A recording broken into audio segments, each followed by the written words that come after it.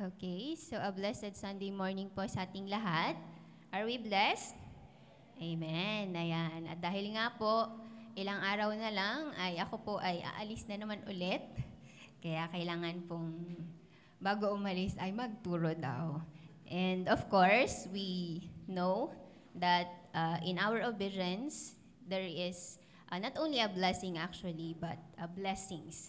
Kaya naman po I thank God for this opportunity and thank the church for this opportunity na ako nga po ay magamit muli to serve God through the pulpit ministry. Ayan. So, just a recap. So, nung mga nakaraang Sunday po, tinanggap po natin yung word ng Panginoon, the vision that God had given us, 611 people. So, ano po yung theme natin for this year? Okay, so ang theme po natin is Launch 2025. So this is the theme that, the vision that God had given to our senior pastor. And yun po yung ibinabasa natin. Now, I want na mas maintindihan po natin, mas ma-internalize po natin yung vision na tinanggap po natin. Now, gusto ko pong makita natin na this vision did not come from man. But this vision actually binigay po ng Panginoon sa atin. And gusto ko po that today, mas maintindihan po natin yung importance of having a vision. Importance na meron po tayong pangahawakan sa buong taon na naman na ipinagkaloob ng Panginoon sa atin. Now, in Proverbs 29:18, sabi po doon, where there is no vision, the people perish. Kung saan daw po walang vision, walang pangitain, the people perish. Kaya naman po today, gusto ko po na yung vision po na ibinigay ng Panginoon, the Launch 2025, is not just a vision for the church. I want us to own this vision because we are the church. Amen po ba? And so we need to own this vision na ipinagkaloob po ng Panginoon sa atin. Because this year, nakita po natin, umpisa pa lang ng year, kung tayo po ay updated sa mga current na nangyayari, so nakita po natin na marami pong mga bad news actually na nangyayari sa, hindi lang sa Pilipinas, but all around the world. And kung babasahin po natin ang Bible, nakalagay din po doon na ang mundo po natin ay pasama ng pasama kasi nga nandun na po tayo sa end of the last days. So, more disasters will come. Kaya naman po, importante na itong vision na ibinaba po ng Panginoon sa atin ay panghawakan po natin. We own this vision. Kasi definitely, this year will not be an easy year. So, more disasters will come. Pero bilang mga anak po ng Panginoon, is that yung promise ng Panginoon po sa atin is that if we continue to remain on Him, ay nandun po yung extension ng pagiging effortless po natin. Na marami man po yung mga bad news outside, but because we have Jesus inside us, na magsha-shine po, kahit napapalibutan po tayo ng darkness, ng struggles, ay ang pangako po ng Panginoon is that we will soar high above these storms sa buhay po natin. Ito po yung promise po ng Panginoon sa atin. Kaya naman po, today, sabi ko nga po kanina, let us own this vision. Make this Launch 2025 our vision. And we need to claim it na hindi lang po yung church yung maka-experience netong Launch 2025. But the Lord will allow us personally to experience yung Launch 2025 na sinasabi po niya sa atin. Now, sabi po natin kanina, wherever there is no vision, people perish. So, pwede po natin siyang ihalin tulad sa, let's say, isang tao na gusto niya pumunta sa isang lugar, pero wala siyang exact place na gustong puntahan. So, ang mangyari, pwede siyang pumunta ng Baguio, and then after pumunta siya ng Baguio, nalaman niya na hindi pala yun yung gusto niya, so lilipat siya ulit na ibang place. So, in the end, wala kasi siyang target in mind. Wala siyang vision. So, masasayang lang yung kanyang time, yung kanyang resources. And pwede rin natin siyang ihalin tulad sa isang estudyante siguro na before nag-enroll ay wala kang vision or wala ka talagang course in mind na kukunin. So, ang mangyayari, mag-enroll ka muna sa isang course, and then after this SEM, na-realize mo, hindi pala yun yung gusto mo. So, lilipat ka ulit ng ibang course, di second SEM, hanggang nalipatan mo na lahat ng course dun sa college mo or even dun sa school ninyo. Kasi wala kang end goal in mind, wala kang vision kung ano talaga yung gusto mo. So, ang mangyayari, itong estudyante na to magiging summa po siya, summa. Di summa cum laude. Summa 10 taon, pero walang natapos na course. Okay? And we don't want this to happen. Amen po ba? Ayaw po natin na mangyari ito. Kaya, sabi ko nga po kanina, it's really very important for us to own this vision na ipinagkaloob po ng Panginoon sa church and to us personally for this year.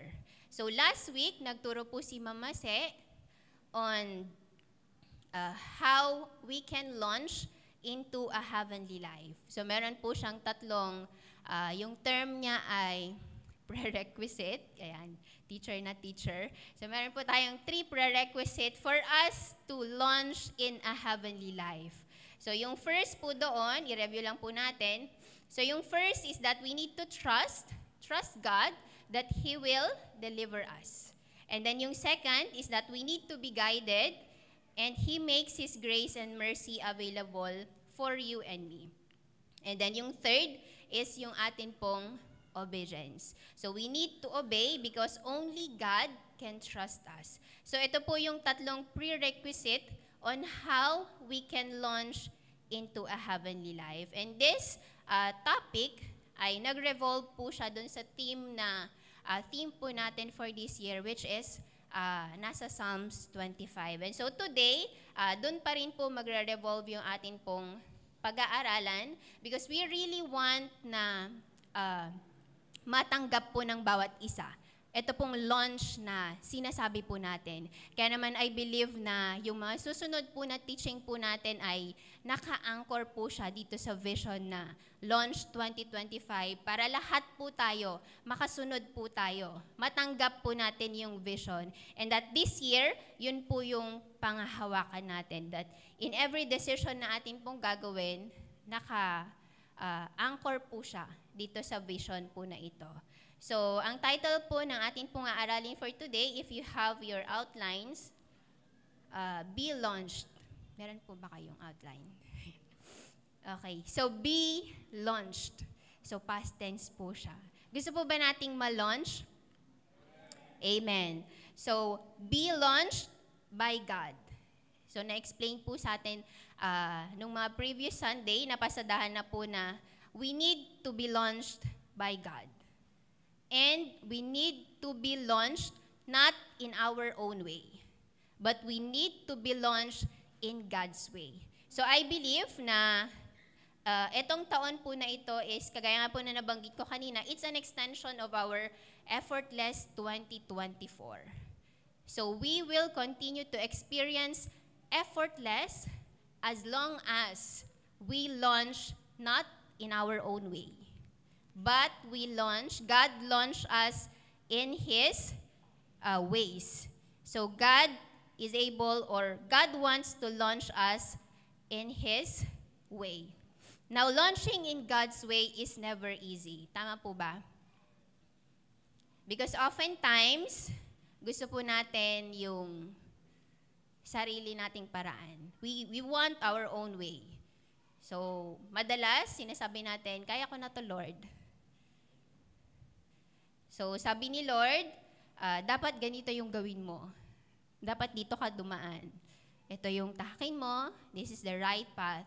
But oftentimes, gustong-gusto po natin, likas po sa tao, na kung ano yung gusto ni Lord, yun yung taliwas doon sa gusto natin gawin. Kasi usually, our own way is more easier. is more convenient on our part than to follow kung ano po yung way ng Panginoon. So the Lord often tells us, I will bless you. So dahil hindi po natin masyadong naintindihan yung blessing na ito, ang ginagawa po ng tao is that we do it on our own way. We overwork para yung blessing na yun is matanggap po natin. But always leave room for God na yung paraan po niya. So sabi niya nga po in Psalms 46, be still and know that I am God. So hindi po natin kailangan mag-overwork to the extent na mawawala po tayo sa kalooban ng Panginoon. Kasi hindi po ito yung gusto ng Panginoon na mangyari. So we need to be still. So being still in the Lord is important for God to launch us na kagaya po ng arrow. Ayan. So mamaya, mas i-elaborate po natin kung paano po natin magagamit yung bow and arrow dito po sa pinag-uusapan po natin. So, we need to be like an arrow na, kasi pag gumagamit ka po ng, tama ba, arching yung tawag dyan? Okay, archer, okay. So, meron po siyang bow and arrow, ito. So, mamaya, i-explain po natin na kung paano po, tayo kasi yung arrow. So, kapag ginamit po yung arrow na weapon, as a weapon, kailangan still yung arrow. Hindi pwedeng gumagalaw yung arrow. Okay? So, we need to be still in the presence of God for God to be able to launch us like an arrow, to shoot us like an arrow. So, yun po yung gusto natin. Because kung magalaw po tayo, I think even for the case ng rocket, pag before launching ng rocket, di naman siya magalaw, di ba? Still lang siya. So, yun po. So, let us always allow God to be our God and be still. So, it's not easy to submit dun po sa way ng Panginoon, but the Bible will always tell us that God's ways are always higher than our ways. Amen?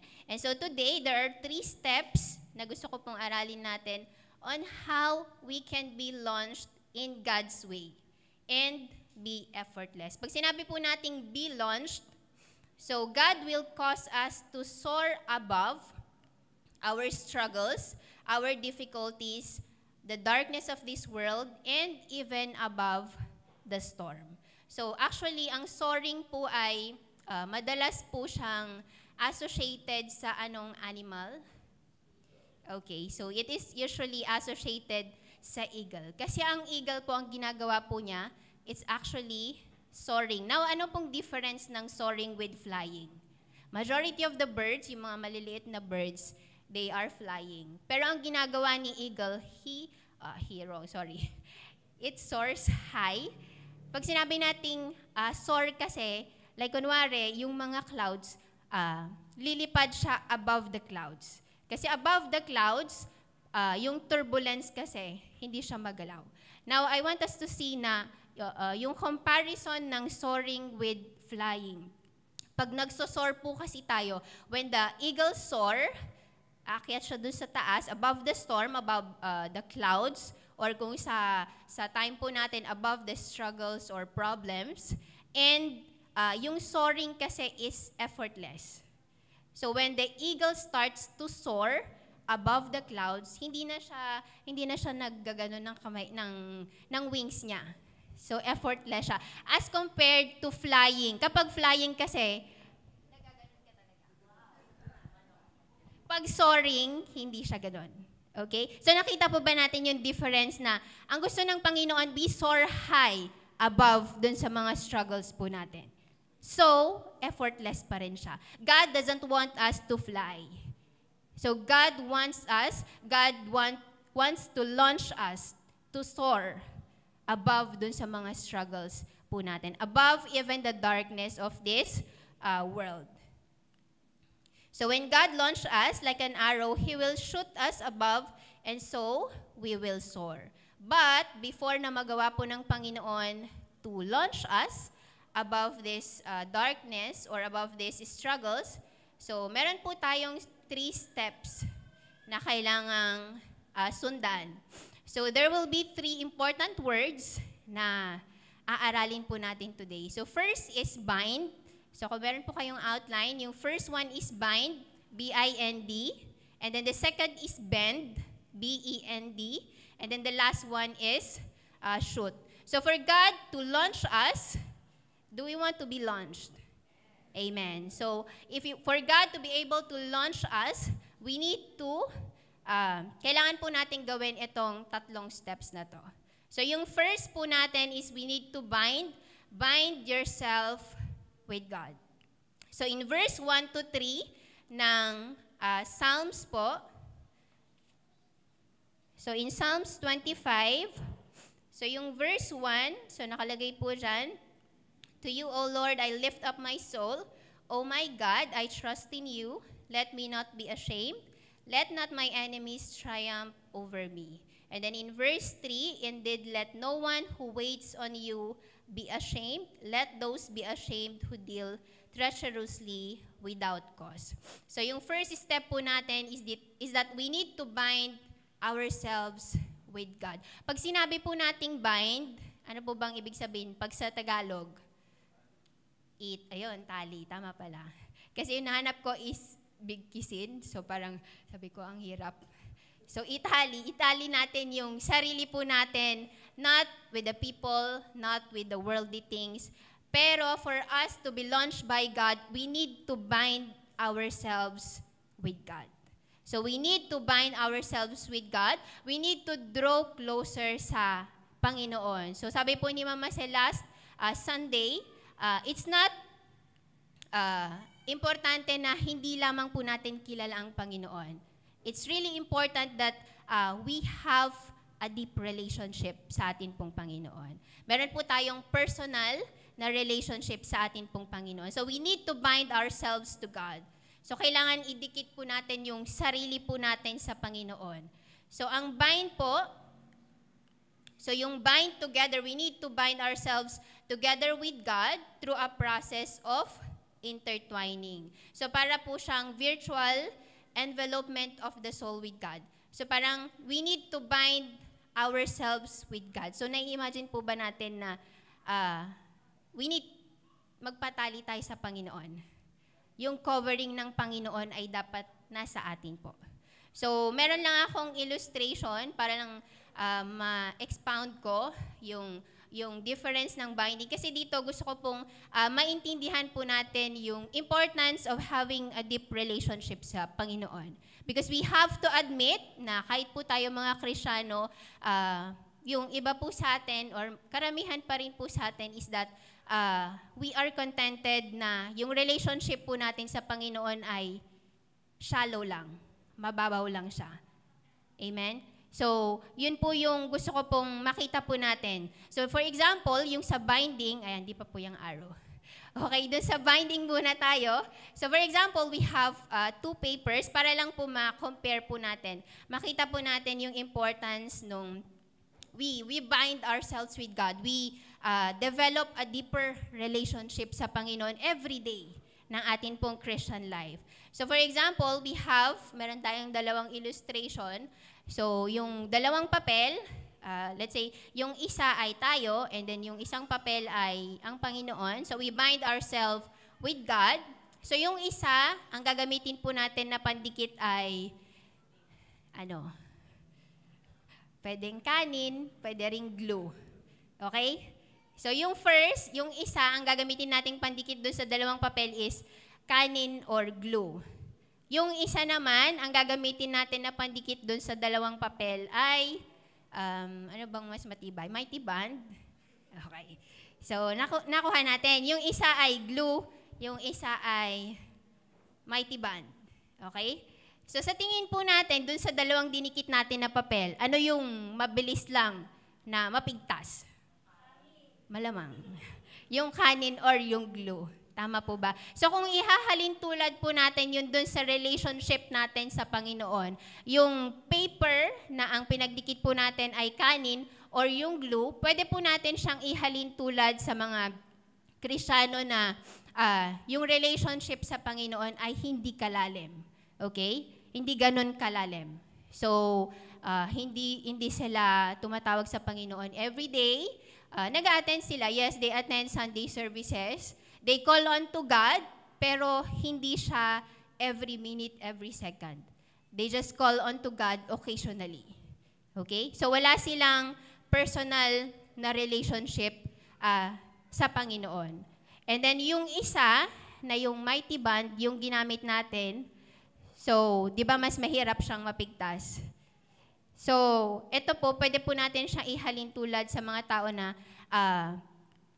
malalim yung kanilang relationship sa Panginoon. That every day, lahat ng cares ng buhay po nila ay naka-anchor sa Panginoon. Now, yung difference po or yung importance po ng how we bind ourselves with God is that when struggles come, when challenges come, so dahil dun sa glue kanina is mabilis lang siya matanggal.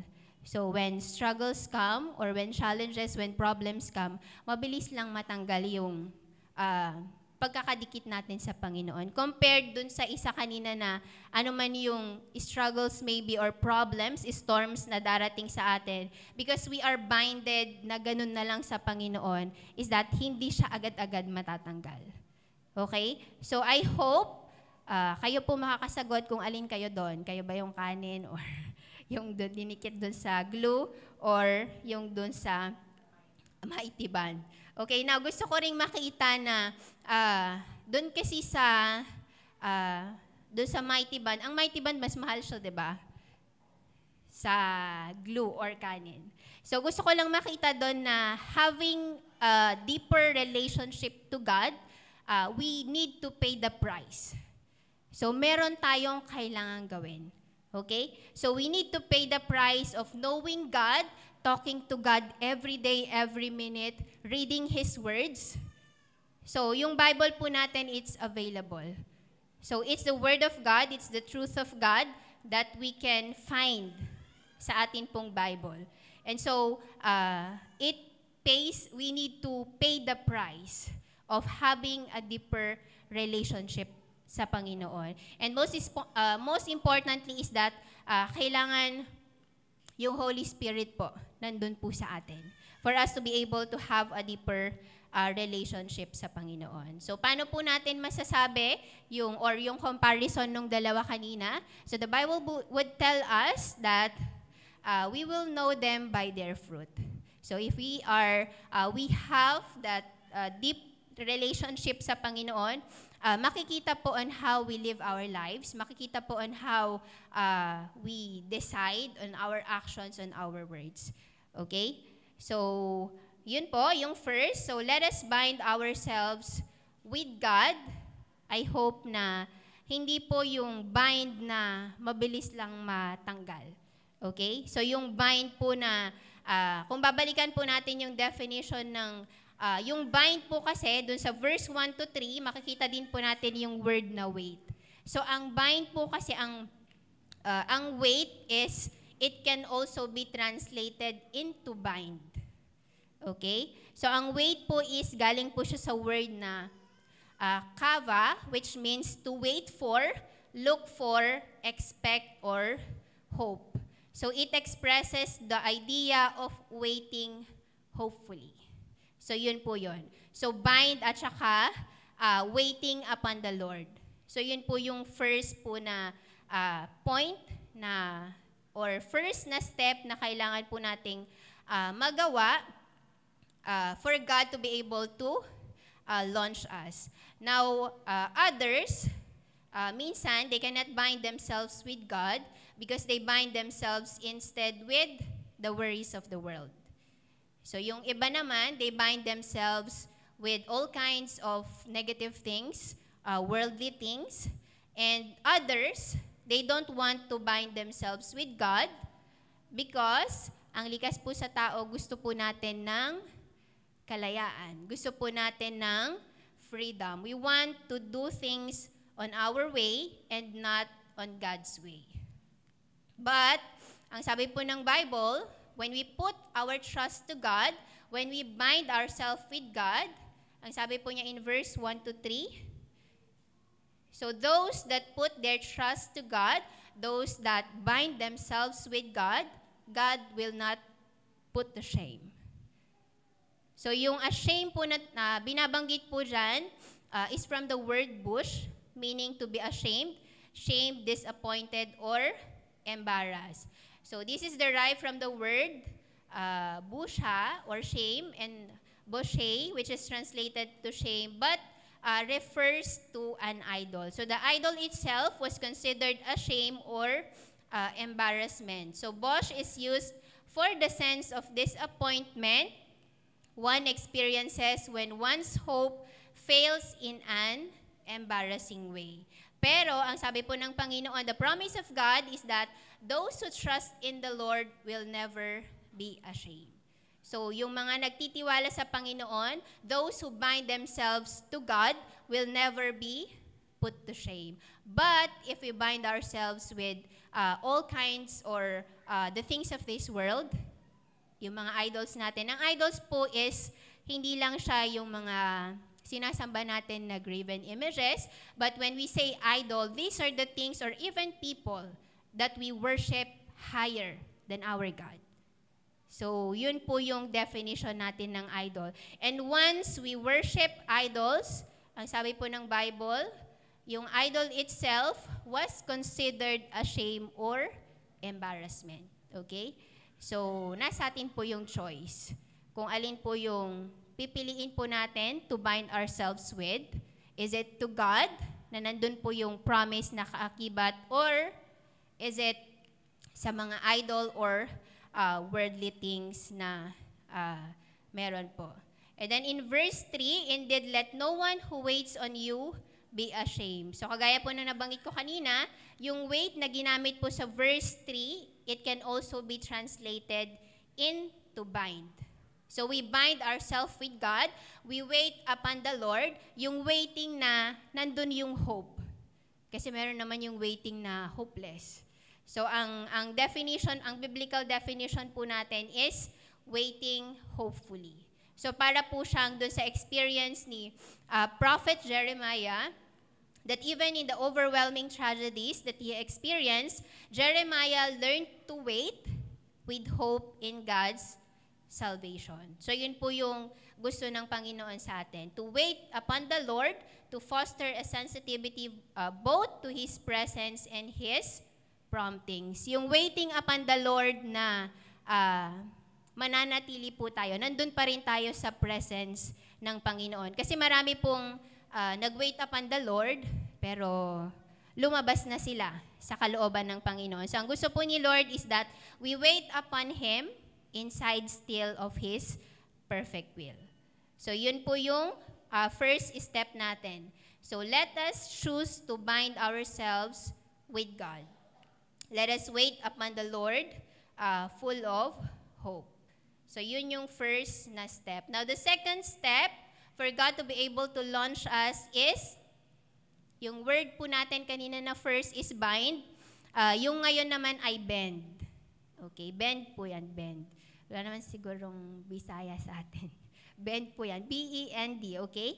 So string yourself with the truth. Okay, so in verse 4 to 5, ang sabi po niya dito, show me your ways, O Lord, teach me your path, lead me in your truth and teach me, for you are the God of my salvation. On you I will wait all the day. So second step is that bend. We need to bend. We know yung lead po kanina can be translated into bend. Pag sinabi nating bend, kaya nating mag-bend, hindi yung stiff tayo. Pag sinabi nating stiff is matigas. Okay? So, we must learn how to bend, so string ourselves with the truth. So, in other translation, ang lead po in other Psalms, like Psalm 11, can be translated into bend. So, for us to be able to lead us, to bend us, dapat hindi po tayo stiff. So in other translation, it means string a bow. So, pwede nating makita yung picture ng bow and arrow.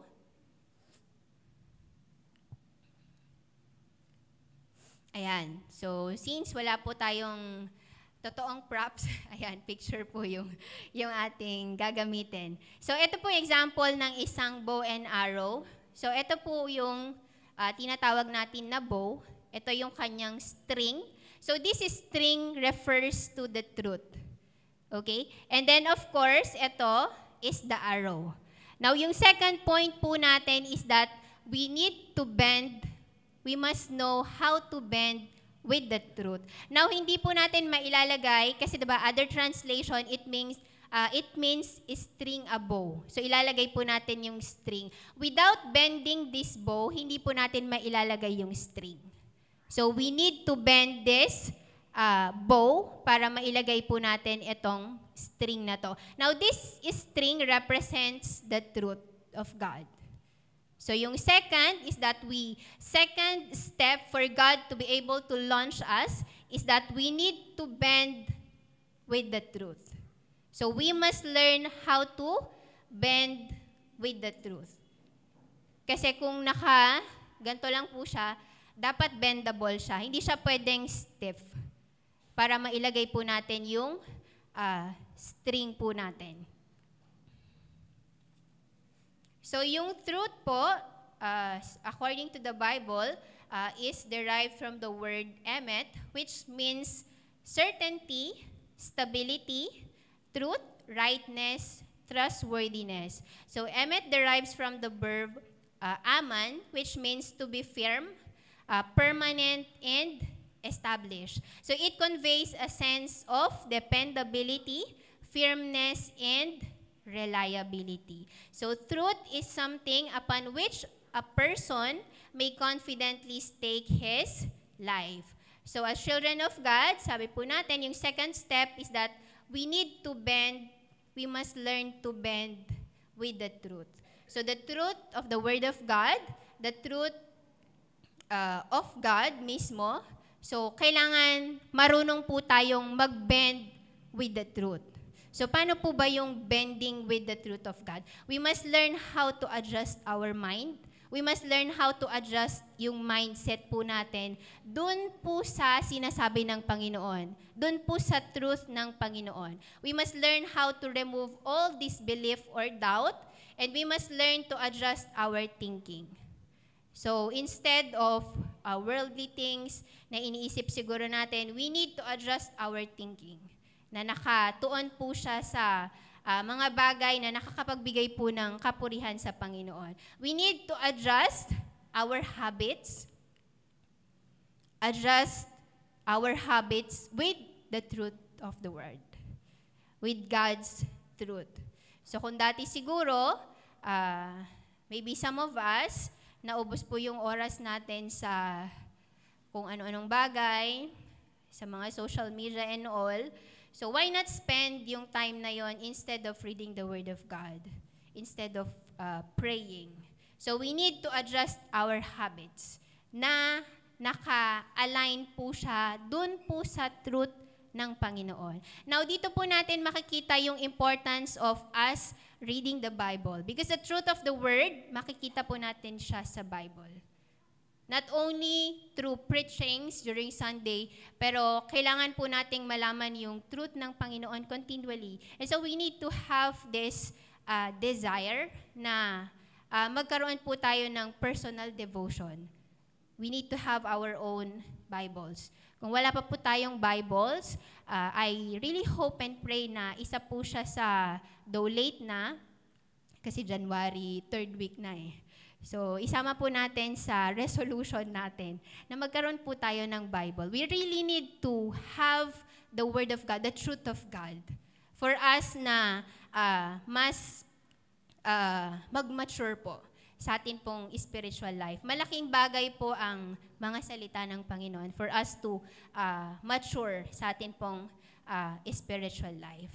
So, yun po yung bending with the truth, adjusting our mind, our mindset, adjusting our habits, adjusting our everyday living and being. So hindi na po siya yung, kasi mga anak na po tayo ng Panginoon.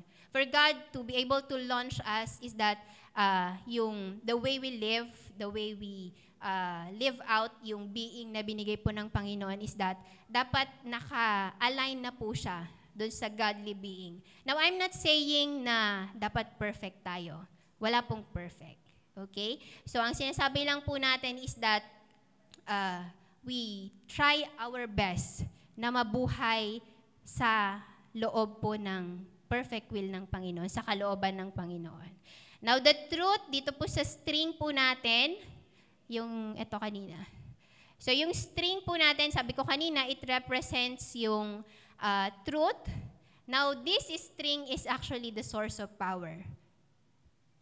Natry na po ba nating Archer, something. Okay, so etong string kasi na to, this is the source of power netong arrow. So we need, tayo po yung arrow. Okay? So without the bow and string, ano pong gamit ng arrow? Pwede po ba natin siyang gamiting target? Pwede ba natin siyang gamiting weapon? Pwede ba? Dart siguro. Saan ba siya pupunta? Pag stick lang siya. Okay? So without the bow and the string, actually this is stick lang siya. Wala siyang masyadong gamit. But, kapag nilagay natin siya dito, inattach natin siya sa truth, dun pa lang siya magiging, from a useless stick, magiging powerful weapon na pwedeng i-launch ng Panginoon to shoot. Okay? So, yung string po na yan is actually the source of power. Kasi the more na i-bend po natin tong string na to, mas malayo yung marireach po nung arrow natin. Kapag ganito lang siya, baka dyan lang yung pupuntahan natin. Okay? So, this is, ito pong string na to is actually the source of truth. So, doon po natin marirealize yung importance of the truth of God, the Word of God. Kaya po sabi ko kanina, napaka-importante po na every day, maglaan po tayo ng oras in reading the Word of God, in knowing the truth of God sa Bible po natin. Okay. So, the arrow itself is useless, so it's just a stick, but when we attach this arrow with the string of the bow, the truth of God, and we bend it, it becomes a powerful weapon. Now, dito po sa stick po natin na to, sabi ko nga kanina, kung hindi po siya naka-attach dun sa bow na magbe-bend, hindi siya naka-attach dun sa string, wala po siyang gamit. So, sa atin po, pwede po natin siyang makita as hindi po tayo magamit ng Panginoon kapag stick lang tayo. Hindi po natin in-attach yung sarili natin dito sa bow at saka the string which represents the truth. Okay? So, of course, as Christians, gusto po natin na magamit po tayo ng Panginoon. So, we want to attach yung mga sarili po natin dun po sa truth ng Panginoon. So, we must learn how to bend with the truth. So, oftentimes, we want others to bend. Na-experience po ba natin yon? Gusto natin magbago siya, ganto, ganyan. But we ourselves, nahirapan tayong magbago. So it's more easier for us to let others bend, but we don't want actually to bend to the truth ng Panginoon. Now, whenever we come during Sunday preachings, I believe na yun yung lagi po nating prayer na we receive the truth. We receive yung portion po natin. Now, ang sinasabi po natin dito is that kagaya po nung bow, dapat nandun po yung willingness po natin to bend. Na kung during that service ay sabi ni Lord, gusto niyang i-deal yung ganitong attitude mo. So, dapat hindi po stiff or hindi po tayo matigas. Na usually kasi ang sinasabi ng tao or natural is hindi para sa akin yun, para sa kanya, di ba? But it's really, it takes the grace of God and it takes humility for us to acknowledge na ako to, Lord. Thank you for revealing it to me, and thank you for letting me, na nandun yung kagustuhan ng Panginoon na baguhin po tayo. Otherwise, we stay the same. Hindi po tayo magiging kagaya po nung arrow na naka-attach dun sa bow and string na pwedeng gamitin ng Panginoon. But we will stay as a stick na walang masyadong pwedeng paggamitan. And so, my prayer is that every time na nare-receive po natin yung truth ng Panginoon is that nandun sana yung willingness po natin to bend with the truth of God. Kasi God cannot actually process us. God cannot mold us if we are not willing to bend, if we are stiff. Amen? So, wala kang pwedeng gawin kapag matigas yung bow. Okay? So, yun po yung point natin. So, second step is that we must learn how to bend with the truth of God. Okay? So, yung third step po natin, so yung first is that we need to bind ourselves with God. And then after binding ourselves with God, is that we must learn how to bend with the truth. With the truth ng Panginoon, with the truth of His words, we must learn how to adjust ourselves with this truth. And then the third step is, once na nagawa po natin yung binding and then the bending, God is able to shoot us like an arrow. Ilo-launch po tayo ng Panginoon. God will launch us higher above the darkness. So makikita po natin yan in verse 8. So sabi po dito, good and upright is the Lord, therefore He teaches sinners in the way. And then in verse 12, who is the man that fears the Lord? Him shall He teach in the way He chooses. So yung teaches po, or other translation, ang ginagamit po ay instruct. So this can be likened to shooting like an arrow, or yung translation po is flow as a water. So God, if we're able to bind ourselves with God, and we are able to bend with the truth, with His truth, so God will be able to launch us, to shoot us like an arrow. And makita po natin, yung kapag si Lord ang nag-launch po sa atin, yung yan. So isa lang po yung direction niya. Hindi naman siya nagwi-wiggle-wiggle, di ba? So when God launch us or shoot us like an arrow, for sure yung target, yung purpose ng Panginoon is mahihit po natin pag si Lord po ang nag-launch po sa atin. So, sino daw po itong mga i-instruct or tuturuan ng Panginoon? So, I want us to see, dun po sa verse 8, so, therefore, He teaches sinners in His way. Sino po yung mga sinners? We are the sinners. No one is perfect. We all sin, pero ang sabi po ng Panginoon, God is willing to teach us, to launch us, so long na nandun po yung humility sa atin. Because if we are not humble, we will not admit that we are sinners. Tama po ba? Ayan. So it really needs, it pays na maging humble po tayo. We accept na everyday, nagkakasala po tayo. Kaya nga everyday importante na we come to God and ask God to cleanse us, to check our hearts. Kasi everyday, nasa mundo pa lang po tayo.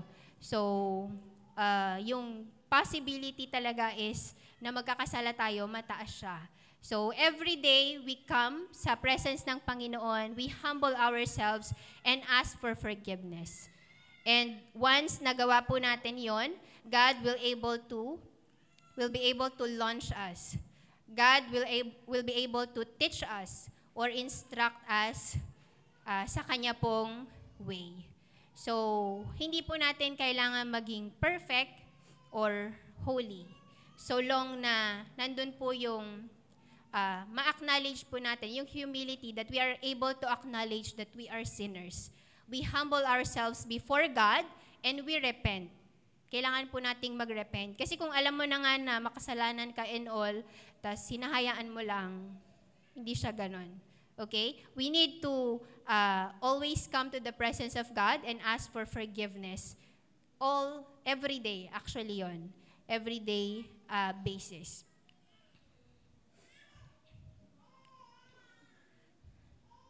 Okay, so God will shoot or will launch those who are humble. So yung mga humble po na tinutukoy po dyan, those who are willing to admit that they are sinners, those who are willing to bend with the truth. Ito po yung humble na tinutukoy po dyan. And once God shoots us, we have only, kagaya po na nabanggit ko kanina, we have only one direction. And that is towards the target of our God. At ano po yung mangyayari? Ano po yung promise ng Panginoon once na nilaunch po tayo ng Panginoon? So, meron po siyang kaakibat na promise. So, first is that once God launches us, we soar above the darkness, above struggles, above our problems. So, we experience a heavenly life here on earth. So, di ba yung preaching po nung last Sunday, na kahit nasa lupa pa lang tayo, pero yung life, the heavenly life ay ipaparanas po sa atin ng Panginoon once God launches us. Na kahit magulo po sa mundo, magulo po sa paligid po natin, but God will cause us to soar higher above these challenges, above these problems or struggles that will come our way. So yun po yung first na promise ng Panginoon, that once God launches us, we will soar high above this darkness. Gusto po ba natin yon? Na lahat po ay nakaka-experience na ng disaster, ng baha, ng kalamidad, lahat ay nagkakaroon ng economic crisis, nauubusan na ng fund yung ating mga kapitbahay and all. Pero ikaw, dahil nilaunch ka ng Panginoon, hindi mo ramdam. Amen? So gusto po ba natin yung ganon? Amen. Gusto natin ng ganon, for sure. So yun po yung first. And then, yung second po na promise ng Panginoon is makikita po natin in verse 13, we shall dwell in prosperity. So sino po ba ang may ayaw ng prosperity? Once na si Lord po yung nag-promise sa atin ng prosperity. Ang sabi po ng Bible is, it's the prosperity, it's the promotion, it's the abundance na wala pong kaakibat na sakit ng ulo or stress. It's the prosperity na nagmumula sa Panginoon. So once God is able to launch us, we shall dwell in prosperity. At hindi lamang po tayo, but our descendants will inherit the earth. So yung mga next na generation after us, mararanasan pa rin po nila yung prosperity na kaakibat dun po sa obedience po natin sa mga panahon ngayon. And then the last one is that God, He will reveal His secrets to us. So sabi nga po ni Mama Sel last time, napakaganda nung feeling that God will be your confidant na He will reveal even the deep secrets sa'yo. So yun po yung blessing, yun po yung kaakibat na pagpapala once God launches us. And once God launches us, the people around us will be able to see the goodness of God in our lives, and we will be able to share His good news and bring people at the feet of Jesus. Kasi ito naman po yung end goal. Ito po yung kagustuhan ng Panginoon na hindi lamang po tayo yung mag-e-enjoy nung pagpapala ng Panginoon. Hindi lamang po tayo yung ilo-launch ng Panginoon, but even our families. Amen? Do we desire that? That even our families, the people, our friends, our co-workers, gusto rin po ng Panginoon na sila man din marinig po nila yung good news na nagmumula sa Panginoon. And so once God launches us, He will use us to share this good news sa mga tao na nakapaligid po sa atin. So ito po yung tatlong steps on how we can be launched by God. So we need to bind ourselves with God. We need to bend to His truth, to the truth of God. And yung last is to shoot or to launch above the darkness. So, clear po ba yung tatlong steps? Bind, bend, and shoot. Now, the question is, are we willing to be launched by God? Amen. Are we willing to bind ourselves with God? Are we willing to bend with His truth? And are we willing to be launched by God in His way and not in our own way? So the choice, iniwan po ng Panginoon sa atin. Dahil ganun na lamang po ng napakabuti po ng Panginoon that hindi po niya tayo kinokontrol. But I hope that today we'll able to make the right choice.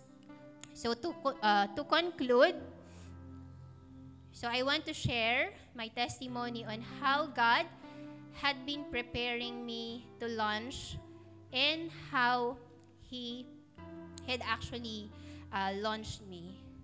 So, sa mga hindi po nakakilala sa akin, kasi marami na pong bago sa church, so ako po si Jennifer Rabanera, one of the volunteer workers sa church, and under po sa discipleship ni Pastor Dan and Ate Claire. So, I am an agricultural engineer by profession, but prior po ng aking study leave, ay connected po ako sa CSU. So, I am a teacher at CSU, and I was then the program chair ng dalawang program doon.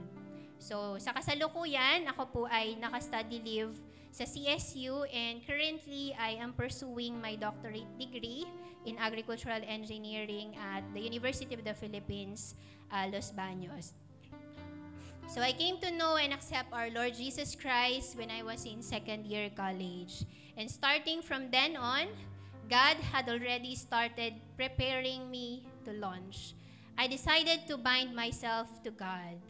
I came from a broken family, and marami po sa inyo ang nakakaalam ng mga struggles na pinagdaanan ko po sa mga panahon po na iyan. But I thank God that by His grace and through His Holy Spirit and with the desire that I have, I want to grow deeper each day with my relationship with my God. And I want to serve Him in this church. Binding with God and bending to His truth was never easy for me. Kagaya po ng mga normal na tao, normal din po ako. I too have my own weaknesses.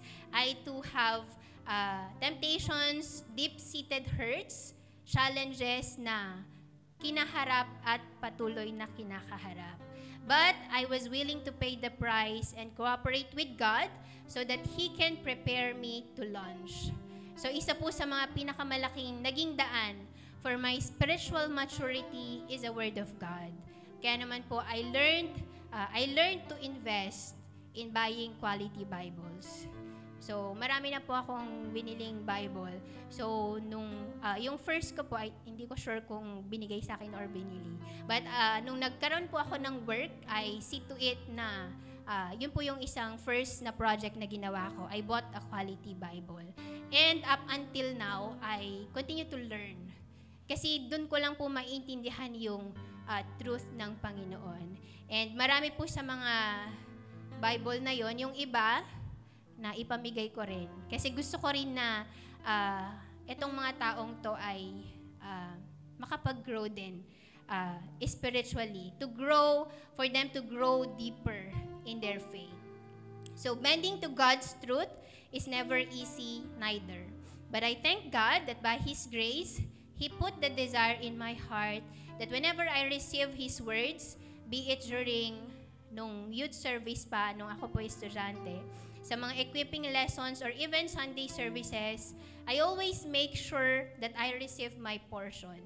And that kung may gusto si Lord na baguhin sa buhay ko, sa attitude ko, sa character na meron ako, I always ask Him to help me do it. Kasi I want to become a better person each day. Ayokong bumalik dun sa kasalanan or bondage na meron ako. I want to be freed. A child of God, living a life pleasing to Him by His grace and enabling, displaying His glory. So I am not perfect. I am a sinner. But every time na nire-reveal ni Lord yung mga kasalanan ko, I always come to Him and repent, humble myself before Him so that He can cleanse me and forgive me. And because of this, God launched me into Gigaraw. Dati po, ako po yung arrow, yung kanina, yung arrow, parang stick lang, walang gamit, wala kang pwedeng paggamitan. I always remember yung word po ng cell leader ko before, my first cell leader, which is, siya na po yung pastor natin ngayon sa Manila. Ako po yung first na cell member niya, I think third generation, kasi mga first, second na wala lahat. Ako po yung cell member niya na wala kang pwedeng ipagawa. Okay na siya, nag-a-attend lang. Ganun po ako noon. I was that kind of stick na walang masyadong gamit. So useless, I was binded with all inferiorities, low self-esteem, hurts and unforgiveness in life, and many more weaknesses. So wala kang pwedeng ipagawa sa akin. Okay na yung attendee lang ako. But because I was willing to bind myself with God and bend with His truth and humble myself before Him, God turned me into a weapon na ngayon ay nagagamit na po niya to preach the good news through the pulpit ministry, all by His grace and mercy and through the enabling of the Holy Spirit. As I allow myself to be launched by God, kaakibat po nun ang pangako niya na prosperity, na talaga naman pong naranasan ko at patuloy pong nararanasan maging ng aking pamilya sa ngayon. So, sabi ko po kanina, ako po ay naka-study leave sa CSU. Pag sinabi po nating study leave, sumasahod pa rin po ako monthly. Ayan, may sahod pa rin ako. And at the same time, tumatanggap din po ako ng monthly allowance from my scholarship. So, parang dual na tax-free. Yung allowance, tax-free. Ayan. So, parang dual compensation. Yun po yung blessing ng Panginoon na talaga namang mag-aral ka lang. Binabayaran ako para mag-aral, di ba? Doble-doble. So, ganun po yung prosperity na ipinagkaloob ng Panginoon sa akin. And I believe na yung privilege din po na makapag-aral is still part of the bending process so that God can continuously mold me to become a powerful weapon na magamit po niya for the expansion of His kingdom later on sa CSU. And now, God wants to launch me in Laguna. So, last year, bago po ako umalis ng Tugigaraw, nabanggit na po ni Pastor Dan na since I'll be staying at Laguna for 3 years, so, yun, dapat makapag-start po ng gawain doon. So, I struggled again with the binding and bending process and even with the idea na mag-umpisa ng gawain sa UPLB. So, I questioned God, like, paano ko siya gagawin? Parang ganon. Kaya ko ba with my ability? Parang, paano, Lord? I have a lot of rationalizations and calculations that instead of binding myself with God, I bind myself with fear, with doubts, unbelief, and I'm not willing to bend to His truth kahit na sa mga preachings po noon, be it sa Manila or sa Tugigaraw, through the morning devotions and even through my personal Bible devotion ay nandun na lagi po akong ine-encourage ng Panginoon that you can do it. Kasi you're not alone, I will be with you. So yun po yung laging encouragement ng Panginoon and that He placed me on that place. Nilagay po niya ako doon so that He can display His glory sa pamamagitan po ng buhay ko. So, ito po yung naging struggle ko with the binding and bending. But I thank God for His mercy and patience, and He did not give up on me. I thank God sa buhay po ni Pastor Dan for His patience and guidance. He made me understand the vision and told me to wait upon the Lord for the mission na ibinigay po ng Panginoon sa akin. So, He told me to start with a few people na ipinagkatiwala na po ng Panginoon sa akin. And I'm happy and blessed na before po natapos ang Panginoon ay meron pong 2 seed, ayan, na ipinagkatiwala na po sa akin ng Panginoon. So nakapag-umpisa po ako ng in discipling 2 people doon po sa Laguna, sa buhay po ni Angel at saka ni Paul. So I thank God na bago din po natapos ang taon, God was able to use me to minister sa mga board mates ko po doon. Kasi I always receive prompting from the Holy Spirit to minister. Pero ayun po, naunahan ako ng doubt, ng disbelief na kaya akong gamitin ng Panginoon. But I really thank God for the courage na ibinigay po niya sa akin. I was able to pray para po dun sa mga board mates ko po bago po sila umalis for vacation. And now, ilang araw na lang po ay babalik na ulit ako ng Laguna. So there are a lot of uncertainties ahead. And to be honest, may kaunting fear pa rin po sa akin na tinatanong ko kung kaya ko ba ulit mairaos yung second sem. So sabi ko, Lord, teacher ko na naman yung isang teacher ko, na hirap ako nung last sem. But I really thank and praise God kasi nung first na Sunday pa lang, God had already confirmed it to me through a vision during the altar call. So God is really so good and faithful. So pinakita po niya sa akin yung vision, yung pangalan ko na may nakalagay na PhD dun sa dulo. So I really praise God and sabi ko, Lord, grabe talaga yung blessing mo, yung favor mo. Kaya naman po, na dun yung assurance sa akin na no matter what comes my way, as long as I continue to bind myself with God and to always bend with His truth, na kahit na mahirap, He will continue to launch me saan man niya ako dalhin. So, yun lamang po, to God be all the glory. Ayan.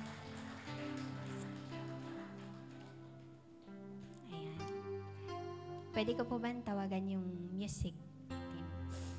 Okay. Hallelujah.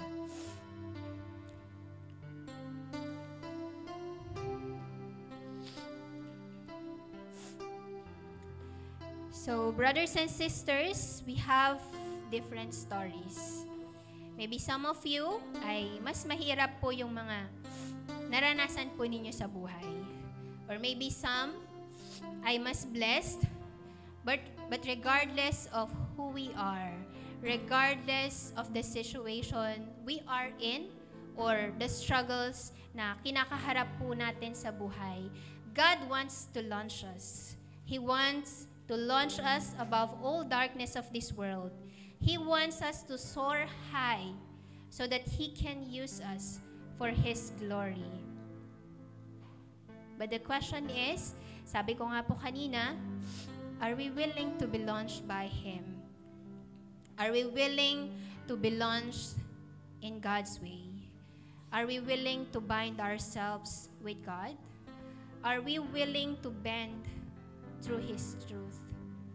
The Bible would always remind us that it is not by our might nor by our power, but by the Spirit of God. And we need to bend to this truth that if we have Jesus in our lives, we can do all things because Jesus will strengthen us. And we can do anything for His glory, only if we are willing. And so today, if we are willing, let us all stand and ask for the Holy Spirit to fill us, to change our hearts, and to change our lives. And let this be our prayer today. Hallelujah. Holy Spirit, come in power, change my heart.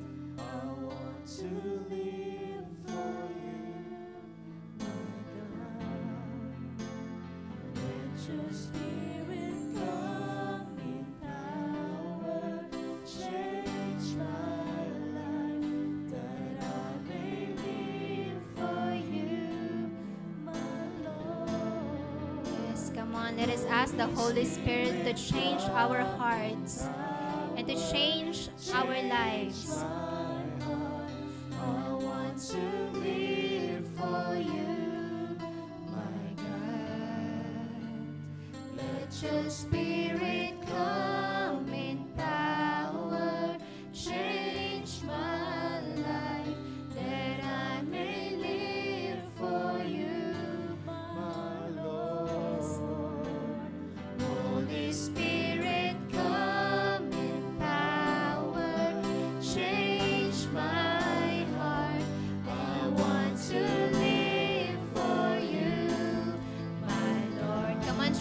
let this be our prayer today. Let us ask the Holy Spirit to fill us and enable us to change our hearts, to change our lives. Hallelujah, hallelujah, Jesus. Holy Spirit, come in power, change my heart. I want to live for you, my God.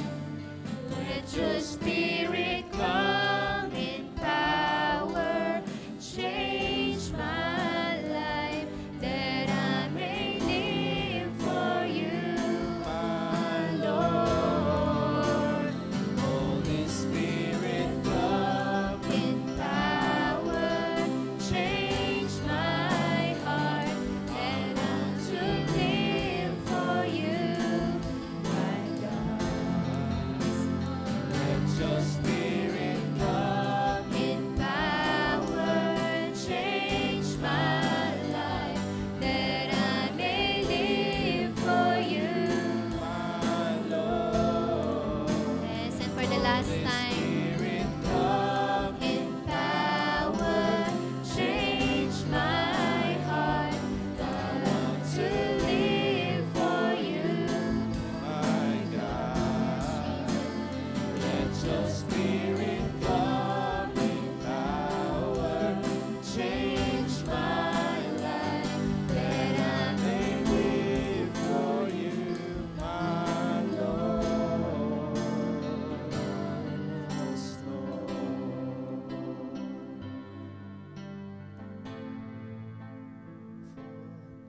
Hallelujah. Yes, Jesus, we ask for your Holy Spirit, oh God, to come and fill us and change our hearts, change our lives, oh God. Lord, we need your Holy Spirit. And so, brothers and sisters, today let us take this time to come into the presence of God and ask for forgiveness. Ask for the cleansing of God.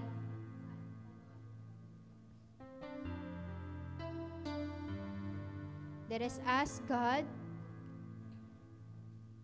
to forgive us sa mga panahon that we choose to bind ourselves not with Him. Let us ask God for forgiveness sa mga panahon that we don't want to bend to His truth. We are stiff-necked. We don't want to bend to the truth of His Word. Brothers and sisters, let us take this time to ask God for forgiveness. Yes, Jesus, forgive us, Lord, for our stubbornness. Forgive us, God, for our stiffness, O God. Forgive us, Lord, of choosing to bind ourselves with the things na mas madali po sa amin. Sa mga bagay, Panginoon, na sa tingin po namin ay mas madali sa part po namin, O God. But Father, today we thank you for revealing unto us, God, that you want to launch each one of us and that your promise is to prosper us, Panginoon, only if we will choose to bind ourselves with you and we will choose to bend with your truth, O God. And so, Father, today we ask for forgiveness, Panginoon. Lord, here are my brothers and sisters, Panginoon. May you search our hearts, O God, and forgive us, Lord, for all our iniquities, for all the sins, Panginoon. Father, today we humble ourselves before you and acknowledge, Panginoon, that we are sinners, O God, in our words, in our actions, Panginoon. Marami po kami nagawa, marami po kaming nasabi, Panginoon, na hindi po nakapagbigay ng kaluguran sa iyo, O God. And so, Father, today we continue to ask for your forgiveness, O God. May you cleanse us by the power of your blood, O God. And make us once again worthy, O God. A worthy vessel, Panginoon. A worthy arrow, Panginoon, na pwede mo pong magamit, O God, as a weapon, O God. Tell to God today that we are willing to be launched by Him. Yes, tell it to God, Lord, I am willing to be launched by you. I am willing to be launched not in my own way, O God, But Father, I am willing to be launched in your way, O God. Father, today I surrender my life, Panginoon. I am willing to bind myself with you. Kahit po na mahirap, O God. But Father, I'm willing to bind myself with you. I am willing to bend with your truth, O God. Only Lord, may you help us. May you help us, O God. Because sa amin pong sariling kakayanan, Panginoon, hindi po namin kaya, O God. We are limited, O God. We are weak, Panginoon. And so, Father, today we continue to ask for your Holy Spirit, O God, to fill us and enable us, Panginoon, upang sa gayon, Panginoon, we could bind ourselves with you. We could bend with your truth, O God, always. And that this life, Panginoon, will be like an arrow, O God. You could use it, O God. You could launch it to soar high above all struggles, all the problems, all the difficulties that will come our way. Panginoon, marami pong salamat, O God. Continue to fill us with your Spirit. Continue to fill our brothers and sisters with your Spirit, O God. And Father, as they choose today, God, to be launched by you, to bind with you, O God, to bend in your truth. Panginoon, dalangin ko nga, Panginoon, enable them with your Spirit. Fill them with your Spirit, O God. And Father, I pray even for the word na tinanggap po nila sa araw na ito, O God. May you seal it with your Holy Spirit, that the enemy will not be able to snatch it, O God. Panginoon, marami pong salamat, O God. And Father, I continue to speak your blessing upon your people, O God. Father, you know them, you know their situations, you know even the very needs that they have, O God. And so, Father, we just continue to pray, Panginoon. Continue to mold them, O God. Continue to process them, Panginoon, so that day to in their lives, Panginoon, ay maranasan po nila the launching, O God. And as they desire, Panginoon, to be launched by you, O God, Panginoon, we claim and we declare for the prosperity that you have promised to each one of us, O God. Father, I continue to speak your blessing upon them, O God. Bless all the works na kanila pong makamay, O God. And Lord, we even speak your good health to be upon them, Panginoon. Lord, maraming salamat, O God. And Father, we continue to thank you, O God. We thank you for the word. We thank you even for the vision, for the encouragement that you have given sa iyo pong mga anak ngayon. That truly, Lord, this year will not be an easy year, O God. But as your children, O God, willing to be launched by you, nandun po yung assurance namin, Panginoon, that we will soar high above these struggles. We will soar high above these challenges, O God, that will come our way. And that for their joy, your children's joy to be complete, and that for your name to be glorified sa kanila pong mga buhay. Father, we pray that may you use even our lives, O God, that more people will be able to know the good news, will be able to know you, Panginoon. Lord, maraming salamat, O God, and even sa pansamantalang pong pag-uwi ng bawat isa po sa amin, patuloy mo nga po kaming ingatan, O God. Lord, continue to meet the needs of your people, O God. And Father, I pray, continue to give them the good health even na kanila pong kailangan. Panginoon, marami pong salamat at sa iyo na nga po namin ibinabalik ang lahat ng papuri at pasasalamat. At lahat po ay magsabi ng Amen. Amen. Ayan. So, ayan po. See you po next Sunday online. Joke.